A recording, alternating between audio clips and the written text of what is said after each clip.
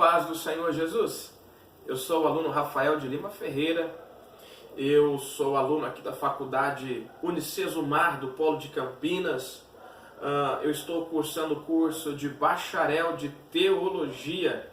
O meu RA é 19 24 88 45. Antes de mais nada, eu quero deixar aqui o meu muito obrigado a Deus. Quero deixar aqui a minha gratidão a cada líder, a cada professor, pastor, professor que tem nos ajudado em todas as disciplinas, aos funcionários, aos cooperadores da faculdade, do polo, que tem nos ajudado muito. Quero deixar aqui o meu muito obrigado ao pastor Rony de Carvalho, o meu muito obrigado ao pastor Hernanes Dias Lopes, que tem nos ajudado muito nessa disciplina de pregação e práticas ministeriais. Temos aprendido muito de como desenvolver e como ministrar um sermão que possa atingir o público, o coração, os ouvidos das pessoas que nos ouvem. Pois bem, a atividade mapa dessa disciplina é desenvolver um sermão esse que está baseado no Evangelho escrito por Mateus, capítulo de número 12, verso 1 até o 8, tá bom? Antes de fazer essa leitura, eu quero nesse momento fazer uma oração acerca dessa palavra. Amém? Feche teus olhos, oremos ao Senhor. Senhor, meu Deus e meu Pai, eu te agradeço por essa rica e maravilhosa oportunidade que é ministrar a palavra do Senhor.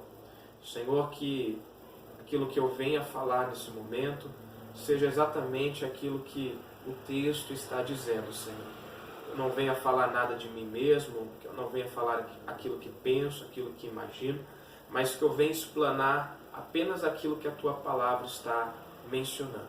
Fala aos nossos corações, fala ao coração de cada uma das pessoas que tem e que vão me ouvir. Assim eu oro e já te agradeço pelo nome de Jesus. Amém. Amém? Então, vamos ler a palavra do Senhor em Mateus capítulo 12. Naquele tempo, passou Jesus pelas searas em um sábado. Os seus discípulos tinham fome e começaram a colher espigas e a comer. Os fariseus, vendo isso, disseram a Jesus: eis que os teus discípulos fazem o que não é lícito fazer num sábado. E ele, porém, respondeu-lhes: não tendes lido acerca do que fez Davi, quando teve fome, ele e os que com ele estavam, como ele entrou na casa de Deus e comeu os pães da proposição, que não lhe era lícito comer, nem aos que com ele estavam, mas só aos sacerdotes? Verso 5. Ou não tendes lido na lei que aos sábados os sacerdotes violam o sábado no templo e ficam sem culpa? Pois eu vos digo que está aqui quem é maior do que o templo. Mas, se soubesses o que significa, misericórdia quero, e não sacrifício, não condenarias os inocentes, porque o Filho do Homem até do sábado é Senhor. Amém? Essa palavra, ela tem um título, eu coloquei um título nela, o título esse que é: se esqueceram da misericórdia do Senhor. Eu vou repetir: se esqueceram da misericórdia do Senhor. A introdução desse texto, eu quero deixar aqui uma rápida introdução. Eu quero dizer para você que essa palavra, ela está contida nos 3 evangelhos sinóticos, ou seja, elas narram a mesma palavra de ângulos diferentes, tá ok? Eu quero que você entenda nesse momento que, à luz da teologia e do contexto de cada evangelho, nós entendemos que o evangelho de Mateus, ele é escrito para um determinado grupo de pessoas. O evangelho de Mateus é escrito para o grupo dos judeus, para as pessoas que eram judeus. O evangelho escrito por Marcos, ele é endereçado aos romanos. O evangelho escrito por Lucas, ele é endereçado aos gentios. Pois bem, dentro então dessa classificação, nós entendemos que Mateus está escrevendo essa palavra endereçada aos judeus. E nós vemos aqui no discorrer dessa palavra, principalmente aqui no versículo de número 2, onde está dizendo sobre um grupo de judeus que eram os fariseus. Então, dentro dos judeus havia um grupo chamado fariseus. Ora, que grupo era esse? Os fariseus, eles se distanciavam dos outros judeus porque eles se auto-titularizavam melhores do que os demais. Eles gostavam de guardar a lei minuciosamente, cada detalhe, e achando que essa prática ou essa guarda da lei os tornava ou os fazia melhores do que todos os grupos de judeus e todas as demais pessoas. Eu quero também deixar uma rápida ilustração. Eu quero dizer para você de algo que aconteceu na minha vida. Houve uma época que eu aceitei a Cristo, me converti ao Evangelho do Senhor e comecei então a obra de Deus. Eu comecei o ministério muito cedo, muito novo, e conforme eu fui começando o ministério, houve uma etapa, um momento da minha vida que eu estava classificando as pessoas, eu estava julgando as pessoas por aquilo que elas faziam. Ora, se elas faziam aquilo que era correto, então eu as tratava bem. Se elas não faziam aquilo que era correto, então eu simplesmente maltratava essas pessoas. Eu estava, então, tendo uma atitude totalmente errada. Houve, então, uma época da minha vida que eu esqueci, ou eu me desviei da misericórdia do Senhor, daquilo que é misericórdia, daquilo que é graça. Mas, graças ao bom Deus, que a misericórdia do Senhor pôde abrir a minha mente, eu pude novamente me voltar ao que de fato é o Evangelho, que Jesus nos amou, que a misericórdia do Senhor me alcançou, eu, um pobre pecador cheio de falhas e defeitos, mas a misericórdia do Senhor me alcançou, e do mesmo jeito que essa misericórdia do Senhor me alcançou, ela alcança os demais. Não baseado naquilo que vejo, naquilo que penso, mas baseado no interior do coração de cada um. Tá bom? Eu quero começar a explanar essa palavra. Eu quero deixar aqui para vocês três verdades de por que os fariseus estavam se esquecendo da misericórdia do Senhor. Ora, a primeira verdade que eu quero deixar aqui para vocês é que eles não estavam preocupados se os discípulos tinham fome. Nós estamos vendo aqui no versículo de número 1, que os fariseus estavam observando os discípulos de Jesus. Eles estavam observando os discípulos, eles viam que eles estavam com fome, mas nenhum dos fariseus chega para nenhum dos discípulos de Jesus, oferece um copo d'água, oferece um alimento, oferece uma ajuda, um apoio. Não. Pelo contrário, eles estão observando os discípulos de Jesus simplesmente para julgá-los, simplesmente para esperar a melhor hora para entrar em cena e julgar aos discípulos pelas suas atitudes. Então, o primeiro tópico, a primeira verdade de por que eles estavam se esquecendo da misericórdia é que eles não estavam preocupados com os discípulos, com o seu bem-estar ou se eles tinham fome. Mas eles estavam apenas preocupados em julgá-los, baseado naquilo que eles estavam vendo. Pois bem, o segundo tópico, ou segunda verdade, porque eles estavam se esquecendo da misericórdia do Senhor. Em nenhum momento eles estavam preocupados com a lei. Não. Eles não estavam preocupados com a lei.